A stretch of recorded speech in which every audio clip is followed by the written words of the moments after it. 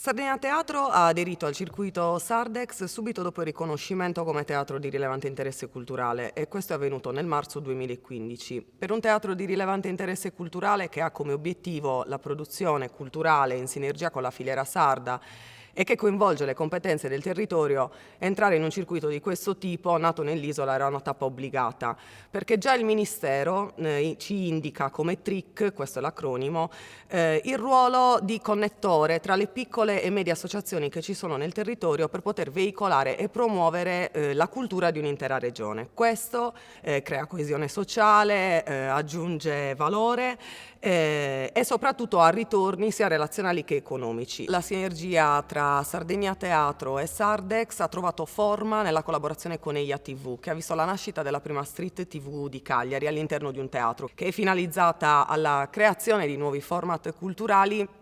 È proprio un esempio di rete di scambio, dove Sardegna Teatro mette lo spazio e i contenuti e EIA TV la strumentazione tecnologica e la professionalità tecnica. Lanceremo anche delle nuove possibilità all'organizzazione intera e totale di un evento, dalla gestione della sala alla comunicazione. Però chiaramente la moneta complementare ci è utile tutti i giorni nel quotidiano, ogni qualvolta che organizziamo una residenza artistica o che ospitiamo una compagnia teatrale o che produciamo uno spettacolo. E questi servizi molte volte li troviamo anche all'interno del circuito. Faccio degli esempi: dai B&B ai piccoli alberghi, dai ristoranti alle pizzerie, ma anche la fornitura tecnica e, perché no, le stampe di alcuni manifesti pubblicitari.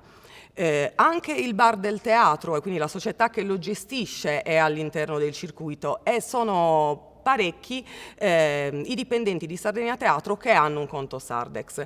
Sono anche tante altre le possibilità di accesso con Sardex, una su tutti chiaramente è la possibilità di acquistare con prezzi particolarmente agevolati i biglietti per accedere ai singoli spettacoli, ma anche gli abbonamenti. Quest'anno particolarmente lanceremo una card 12 mesi che darà accesso a tutti gli spettacoli della stagione, che sarà proposta al circuito Sardex a soli 150 Sardex.